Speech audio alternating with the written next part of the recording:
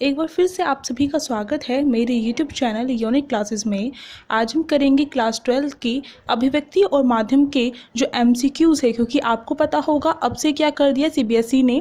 कोविड-19 की सिचुएशन को देखते हुए CBSE ने जो MCQ क्वेश्चंस हैं उन पर ही ज़्यादा फोकस किया है कि अगर एग्ज़ाम नहीं हो पाते हैं, 2 सेमेस्टर में आपके जो एग्ज़ाम होंगे, पहला जो सेमेस्टर है वो तो MCQ का आएगा ही, और जो दूसरा सेमेस्टर है अगर कोविड-19 की सिचुएशन ठीक नहीं हुई तो आपके MCQ क्वेश्चंस ही लिए जाएंगे।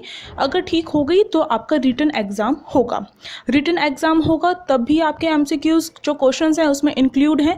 तो देखा जाए ओवरऑल आपके जो MCQ क्वेश्चन है वो बहुत ज़्यादा इंपॉर्टेंट है, उन्हीं पर आपको फोकस सबसे ज़्यादा करना है। और दूसरी बात अगर देखी जाए कि MCQ क्वेश्चंस जो हैं वो आप कैसे अपने प्रिपेयर कर सकते हैं, तो उसमें आपको कुछ बातें ध्यान रखनी हैं। पहली बात तो यही है कि आपको आपका सिलेबस जो है अब और भी ज़्यादा डीप में करना है, हर इम्पोर्टेंट चीज़ करनी है, और इसके साथ साथ आपको जो MCQ क्वेश्चंस हैं उनकी प्रैक्टिस करनी है। तो आज इसी के लिए ये वीडियो है। हम यहाँ पर जो अभिव्यक्ति और माध्यम के जितने भी चैप्टर्स हैं उनकी वीडियोस तो आपको प्रोवाइड कर ही चुके हैं, तो उसका लिंक आपको डिस्क्रिप्शन बॉक्स में दे दिया जाएगा, वहाँ पर जाकर आप कर सकते हैं। और इसमें हिंदी इलेक्टिव वालों के लिए अलग सिलेबस होता है और हिंदी कोर के लिए अलग होता है। तो हिंदी इलेक्टिव की प्लेलिस्ट अलग है अभिव्यक्ति माध्यम की, और कोर वालों के लिए अलग है। तो अपनी प्लेलिस्ट चेक करिए और उसी के अकॉर्डिंग अपनी तैयारी करिए। उसमें मैंने हर एक इम्पॉर्टेंट जो पॉइंट है वो कवर करवा रखा है, जहाँ से भी आपके MCQ क्वेश्चंस बनते हैं। तो वहाँ पर जाकर आपको नोट्स भी, हैंड रिटन नोट्स आपको प्रोवाइड किए गए हैं, तो वहाँ पर जाकर आप क्या कर सकते हैं, अपनी प्रिपरेशन कर सकते हैं। अब बात की जाए, अगर आपने जो चैप्टर्स है वो करने स्टार्ट कर दिए हैं, तो यहाँ पर मैंने ये MCQs जो सीरीज़ चलाई है अभिव्यक्ति और माध्यम की, अगर अच्छी लगे तो लाइक करना और शेयर करना तो मत भूलिए। अब देखिए यहाँ पर हमारा फर्स्ट क्वेश्चन है, पत्रकार कितने प्रकार के होते हैं। तो हमें बताना है कि ये जो पत्रकार है वो कितने प्रकार के होते हैं। अगर आपने चैप्टर देख रखा होगा तो आपको पता होगा। तो पत्रकार जो होते हैं, ये चैप्टर 2 से क्वेश्चन पूछा गया है। तो पत्रकार हमारे 3 प्रकार के होते हैं। कौन कौन से होते हैं? एक तो हमारा पूर्णकालिक पत्रकार होता है, दूसरा हमारा अंशकालिक पत्रकार होता है, और तीसरा हमारा फ्रीलांसर पत्रकार होता है। अब इनकी जो डेफिनेशन है यहीं पर कवर कर लेते हैं, कोई बात नहीं। जो पूर्णकालिक पत्रकार होता है वह क्या, एक अखबार से जुड़ा रहता है और उसी के लिए कार्य करता है। जो अंशकालिक पत्रकार, जैसे कि आपको नाम से पता चल रहा है, अंश मतलब क्या होता है, कम, मतलब कि थोड़ा सा शेष बचा हुआ, थोड़ा सा। तो जो अंशकालिक पत्रकार है वो थोड़े समय के लिए किसी एक अखबार से या समाचार पत्र से क्या करता है, उसके साथ बंध कर कार्य करता है। तो ये थोड़े समय के लिए होता है। और जो फ्रीलांसर पत्रकार होता है, जैसे नाम से पता चल रहा है फ्री, तो फ्री मतलब स्वतंत्र होता है। तो इससे आपको याद रखना, फ्री मतलब स्वतंत्र। जो फ्रीलांसर पत्रकार होता है वह स्वतंत्र होता है, किसी भी समाचार पत्र से बंधकर कार्य नहीं करता। अपनी मर्जी से जहाँ उसे ज़्यादा वेतन मिलता है, जहाँ उसे ज़्यादा सैलरी मिलती है, उस पत्र के लिए, उस समाचार पत्र के लिए वह लेखन करता है। तो ये हो गया आपका 3 पत्रकार होते हैं। तो थर्ड वाला ऑप्शन ठीक हो जाएगा। अगर आप जितने भी MCQ क्वेश्चंस हैं उन्हें समझ कर करेंगे तो आपको रटने की ज़रूरत नहीं पड़ेगी। अब दूसरा क्वेश्चन देखिए, जो फ़ोन पर बात करके दर्शकों तक सूचनाएं पहुंचाता है उसे क्या कहते हैं। तो जो फ़ोन पर बात करके, यहाँ पर फ़ोन ही आ गया है, ये आपको पता होगा। टीवी के जो चरण होते हैं वो कितने होते हैं टोटल, आप कमेंट में बताइए कितने होते हैं टोटल चरण। वहीं पर आपको रिप्लाई करके बताया जाएगा कि आपने सही बताया है या नहीं बताया है। तो जो टीवी के जो चरण होते हैं उसमें जो एक चरण है फ़ोन इन, आप नाम से ही देख रहे हैं, यानी कि इसमें क्या होता है, जो भी सूचना देनी होती है पत्रकार क्या करता है, उस स्थान पर पहुंचता है जहां पर वो घटना हुई है, और वहां पर फ़ोन से बात करके, संपर्क करके ही उसकी जो आवाज़ है वो सुनाई जाती है, यानी कोई दृश्य नहीं दिखाया जाता है। तो फ़ोन इन, ये सेकेंड वाला ऑप्शन ठीक होगा। अगर आपने थोड़ी बहुत न्यूज़ चैनल देख रखे हैं तो आपको ये अच्छे समझ में आ रहा होगा। नहीं देख रखे हैं तो आज आप देख लीजिएगा। कोई ना कोई जो न्यूज़ है, कहीं ना कहीं कोई घटना होती है, तो उसके बारे में ये जितने भी चरण हैं इन्हें अपनाया जाता है। अब अब थर्ड क्वेश्चन देखिए, थर्ड क्वेश्चन है प्रिंट मीडिया के प्रमुख माध्यम होते हैं। तो प्रिंट मीडिया किसे कहा जाता है? प्रिंट मीडिया को हम मुद्रित माध्यम भी कहते हैं। प्रिंट से ही आपको पता चल रहा है, यानी कि छपी हुई कोई चीज़। तो जो प्रिंट माध्यम होता है या मुद्रित माध्यम होता है वो कौन सा होता है? जो छपे हुए होते हैं, जैसे कि जो बुक्स हो गई, किताबें हो गई आपकी, इसके साथ साथ पत्र पत्रिकाएं हो गई, सारे के सारे समाचार पत्र हो गए, सारे के सारे प्रिंट माध्यम के ही उदाहरण हैं। तो या तो ये पूछ लिया जाता है कि प्रिंट माध्यम का उदाहरण कौन सा है, या फिर आपसे इस तरीके से क्वेश्चन पूछ लिया जाता है। अब देखिए यहाँ पर जो ऑप्शन पहला है इंटरनेट, दूसरा पुस्तकें, तीसरा पत्र पत्रिकाएं और चौथा है पुस्तकें व पत्र पत्रिकाएं। अब कई जो बच्चे हैं वो ये सोचेंगे इंटरनेट भी क्या है, एक प्रिंट माध्यम है, क्योंकि उसमें भी छपी हुई चीज़ें आपको दिखाई देती हैं। जो इंटरनेट है वह इंटरनेट पत्रकारिता के अंदर आएगा, ना कि मुद्रित माध्यम के अंदर, तो इसलिए इसे शामिल नहीं किया जाएगा, तो ये वाला गलत हो जाएगा। तो पुस्तकें और पत्र पत्रिकाएं, इसमें से अगर आप किसी एक पर ऑप्शन पर क्लिक कर देंगे तो इसका मतलब क्या है, अब डी वाले को ना कह रही है, पर ये दोनों के दोनों इसमें इंक्लूड करके दिए गए हैं, पुस्तकें और पत्र पत्रिकाएं, तो इसलिए इसका डी वाला ऑप्शन ही सही होगा। अब नेक्स्ट क्वेश्चन देखिए, नेक्स्ट क्वेश्चन फोर्थ है हमारे सामने। किसी मुद्दे पर लिखे जा रहे लेख या फीचर में उस नवीनतम घटना का उल्लेख जिसके कारण मुद्दा चर्चा में आ गया हो उसे डैश कहते हैं। किसी भी मुद्दे पर यानी किसी भी घटना पर अगर कोई लेख लिखा जा रहा है, या तो फीचर के माध्यम से या फिर लेख लिखा जा रहा है, यानी कि जो वो मुद्दा है वह नवीनतम घटना है जिसके ऊपर लेख लिखा जा रहा है, तो उसके कारण वह क्या हो जाता है, फीचर लिखा जा रहा है, लेख लिखा जा रहा है, तो उसके कारण क्या हो जाता है, वो मुद्दा अब क्या हो जाएगा, चर्चा में आ जाएगा। आपने देखा होगा जो न्यूज़ चैनल होते हैं, कई बार ऐसा होता है कि एक जो मुद्दा होता है वो उछल जाता है और न्यूज़ चैनल क्या करते हैं, उसी को पकड़ कर बैठ जाते हैं और उसी पर ज़्यादातर अपने समाचार बनाते हैं, क्योंकि उन्हें ये पता चल जाता है कि जो दर्शकगण है इसी के बारे में जानना चाहते हैं।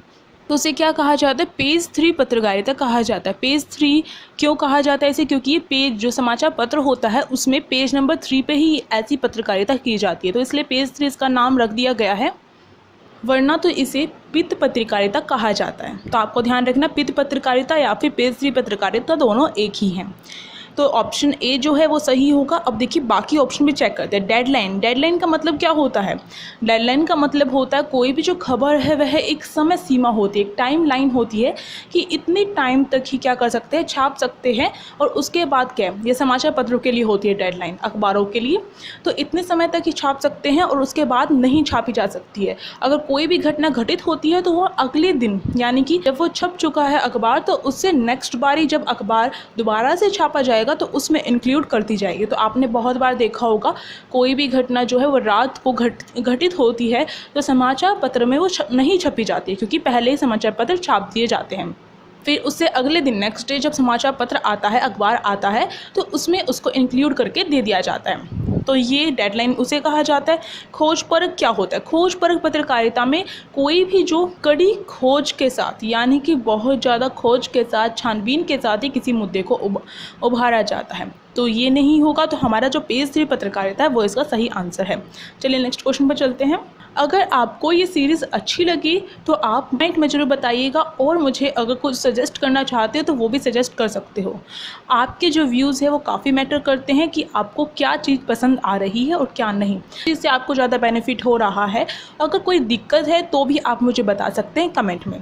अब देखिए 5th वाला क्वेश्चन, प्राप्त संदेश में निहित अर्थ को समझने की कोशिश डैश कहलाती है। तो प्राप्त संदेश में निहित जो अर्थ होता है उसे डिकोडिंग कहा जाता है। डिकोडिंग में क्या होता है, डिकोडिंग में कोई भी संदेश होता है, अगर वह किसी को दिया जाता है, यानी कि मैंने आपको कोई संदेश दिया और आप क्या कर रहे हैं, उसे समझने की कोशिश कर रहे हैं। अगर मैंने अभी आपसे कहा कि आप क्या करें, आप क्लास 12th की तैयारी करना स्टार्ट कर दें, तो ये मैंने आपको संदेश दिया और आप इसे समझने की अभी कोशिश कर रहे थे, तो इसी को क्या है, डिकोडिंग कहा जाता है। तो यही ऑप्शन इसका सही हो जाएगा, डी वाला। अब देखिए 6th क्वेश्चन है हमारे सामने, जो खबर बिना दृश्य के सीधे दर्शकों को कहाँ, क्या, कब और कैसे के बारे में बताने वाले। तो कोई भी जो खबर है अगर वह बिना दृश्य के बताई जाती है कि वो कहाँ पर हुई है, क्या हुआ है, कब हुआ हो और कैसे हुआ, इन 4 क्वेश्चनों के आंसर देती है बिना किसी दृश्य के, बिना किसी पिक्चर के, तो उसे क्या कहा जाता है, उसे ड्राई एंकर कहा जाता है। तो इसका जो बी वाला ऑप्शन है वो इसका सही हो जाएगा। अब देखिए 7वां क्वेश्चन है हमारे सामने, जो पत्रकार भुगतान के आधार पर अलग अलग अखबारों के लिए लिखते हैं उन्हें क्या कहा जाता है। जैसे कि मैंने स्टार्टिंग में ही आपको बताया था 3 प्रकार के पत्रकार होते हैं, पूर्णकालिक पत्रकार, अंशकालिक पत्रकार और फ्रीलांसर पत्रकार। अब आपको मुझे आंसर में बताना है कि वो जो पत्रकार भुगतान के आधार पर क्या करता है, अलग अलग डिफरेंट अखबारों के लिए, न्यूज़पेपर के लिए लिखता है, उसे क्या कहा जाता है। ऑप्शन यहाँ पर अंशकालिक पत्रकार पहला है, दूसरा फ्रीलांसर पत्रकार, तीसरा संवाददाता और चौथा पूर्णकालिक पत्रकार। अब थोड़ी सी हिंट मैंने यहाँ पर आपको दे दी है, आप आंसर बताइए, और इसके बारे में पहले भी डिस्कशन हो चुकी है। अगर आपने ध्यान से सुना होगा, समझा होगा, तो आपको ज़रूर आता होगा इसका आंसर। तो आप बताइए, आप भी खुद को चेक कीजिए और मुझे भी एक चेक करने का मौका दीजिए कि आप कितना समझ पा रहे हैं। तो आंसर बताना मत भूलिएगा, वहीं पर आपको रिप्लाई में बता दिया जाएगा कि आपका आंसर सही होगा तभी आपका रिप्लाई किया जाएगा और गलत होगा तभी आपको बताया जाएगा। नेक्स्ट क्वेश्चन 8 देखिए, आधुनिक युग में इंटरनेट पत्रकारिता का कौन सा दौर चल रहा है। अब यहाँ पर हमें मेंशन नहीं किया गया है कि यहाँ पर भारत के लिए पूछा गया है या विश्व के लिए, पर यहाँ पर ये बताया गया है कि आधुनिक युग में, वर्तमान में, आधुनिक तो अभी चल रहा है आधुनिक युग, तो वर्तमान में जो इंटरनेट पत्रकारिता है उसका कौन सा दौर चल रहा है। तो हमें यहाँ पर भारत मेंशन नहीं किया गया है, तो इसलिए यहाँ पर विश्व के बारे में पूछा गया है। तो विश्व में कौन सा चल रहा है, विश्व में हमारा तृतीय चल रहा है, तीसरा दौर चल रहा है। तो ऑप्शन जो बी है वो सही हो जाएगा। और ये कब से स्टार्ट हुआ था, ये 2002 से स्टार्ट हुआ था तीसरा दौर। अब कब चौथा दौर आएगा ये तो मालूम नहीं है, पर जो तीसरा दौर है वो 2002 से स्टार्ट हुआ था विश्व में। अब भारत की बात की जाए तो भारत में 2003 में स्टार्ट हुआ था दूसरा दौर। भारत में दूसरा दौर चल रहा है और विश्व में इंटरनेट पत्रकारिता का तीसरा दौर चल रहा है। ये बहुत इंपॉर्टेंट क्वेश्चन है, तो इसे अच्छे से कवर कर लीजिए। यहाँ पर जितने भी क्वेश्चंस आपके लिए इंक्लूड किए गए हैं वो सारे के सारे इंपॉर्टेंट हैं, तो किसी को भी आप स्किप करेंगे तो आपका ही लॉस होगा। अब 9वां वाला क्वेश्चन देखिए, उल्टा पिरामिड शैली में समाचार कितने भागों में बांटा जाता है। तो आपको पता होगा जो समाचार की शैली अगर कही जा सकती है तो उल्टा पिरामिड शैली है। तो उल्टा पिरामिड शैली को कितने भागों में बांटा जाता है, 3 भागों में बांटा जाता है। तो ए वाला ऑप्शन ठीक होगा। कौन कौन से वो 3 भाग हैं, पहला जो है वह है इंट्रो यानी कि मुखड़ा, दूसरा जो है बॉडी और तीसरा जो है वह समापन। इंट्रो में क्या होता है, यानी कि जो मुखड़ा है तो उसमें जो इम्पोर्टेंट 2-3 समाचार की जो सबसे प्रमुख जो इम्पोर्टेंट लाइनें होती हैं 2-3, उनमें उसकी व्याख्या की जाती है।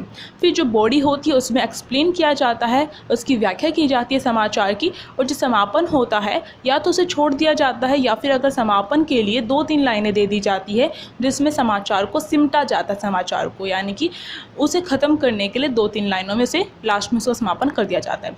तो ये 3 प्रकार होते हैं, इनके नाम भी आपको याद रखने हैं, इंट्रो, बॉडी और समापन। पिरामिड जो शैली है बहुत ज़्यादा इंपॉर्टेंट है, इस पर बार बार क्वेश्चंस पूछे जाते हैं। अगला क्वेश्चन 10 है हमारे सामने, निम्न में से कौन सा उल्टा पिरामिड शैली का अंग नहीं है।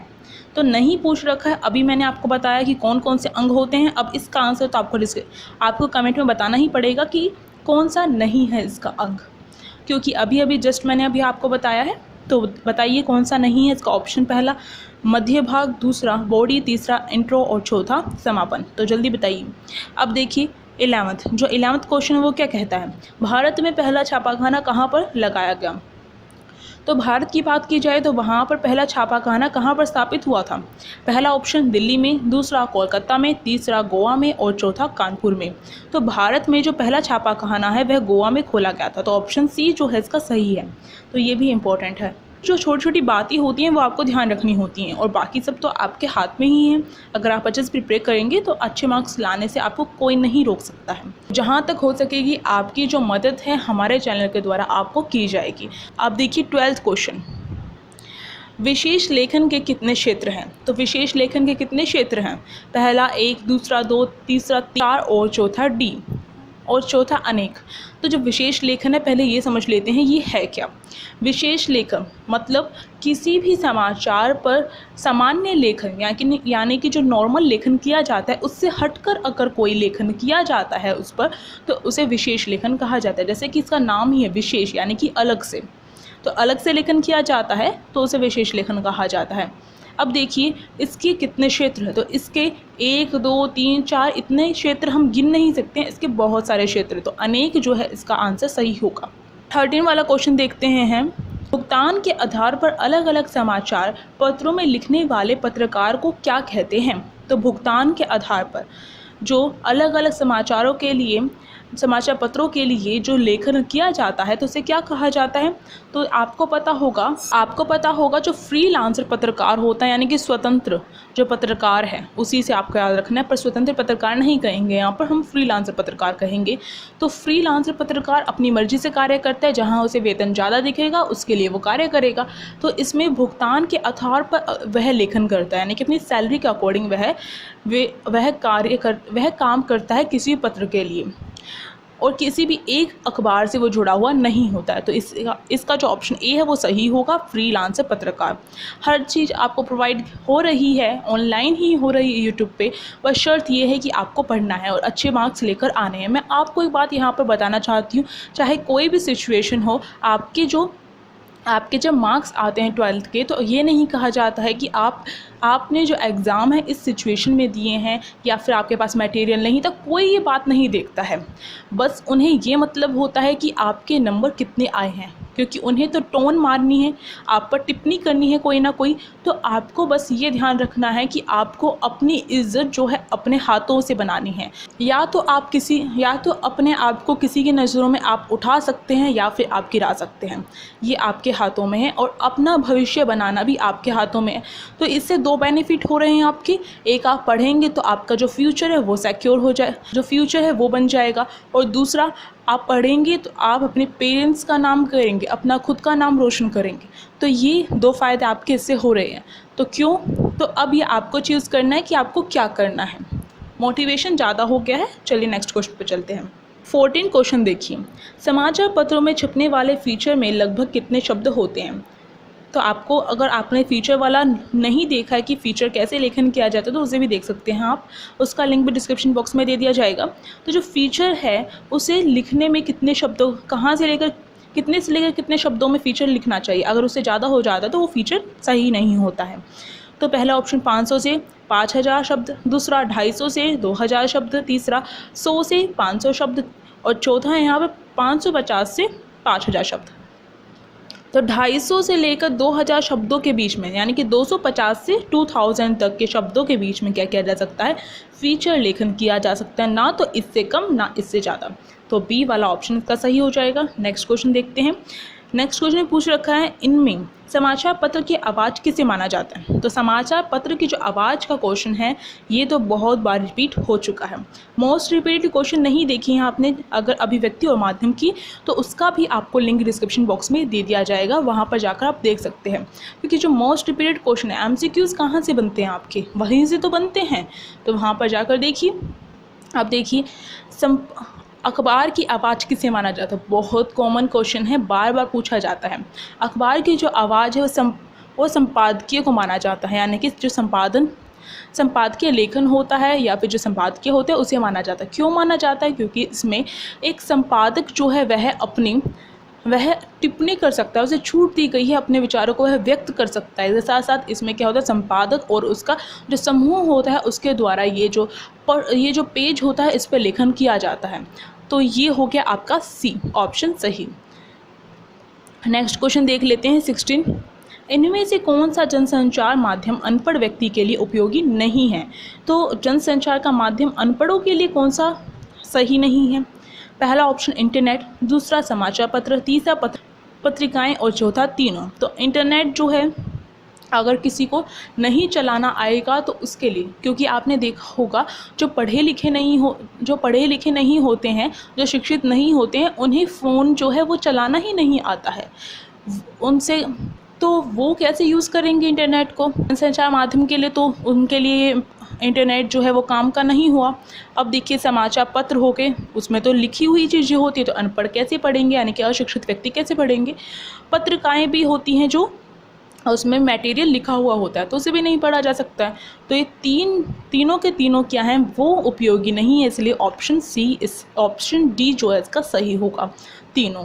इसी के साथ वीडियो यहीं पर पॉज करनी होगी और जो इसकी नेक्स्ट सीरीज़ होगी अभिव्यक्ति और माध्यम की, उसे हम देखेंगे। अगर वीडियो अच्छी लगी तो लाइक, शेयर एंड कमेंट करके बताएं कैसी लगी, और चैनल पर नए हो तो सब्सक्राइब करना मत भूलिएगा, और साइड में जो बेल आइकन है उसे प्रेस कर दीजिएगा, जिससे कि न्यू वीडियोज़ की नोटिफिकेशन आपके फ़ोन में आ सके। Thank you.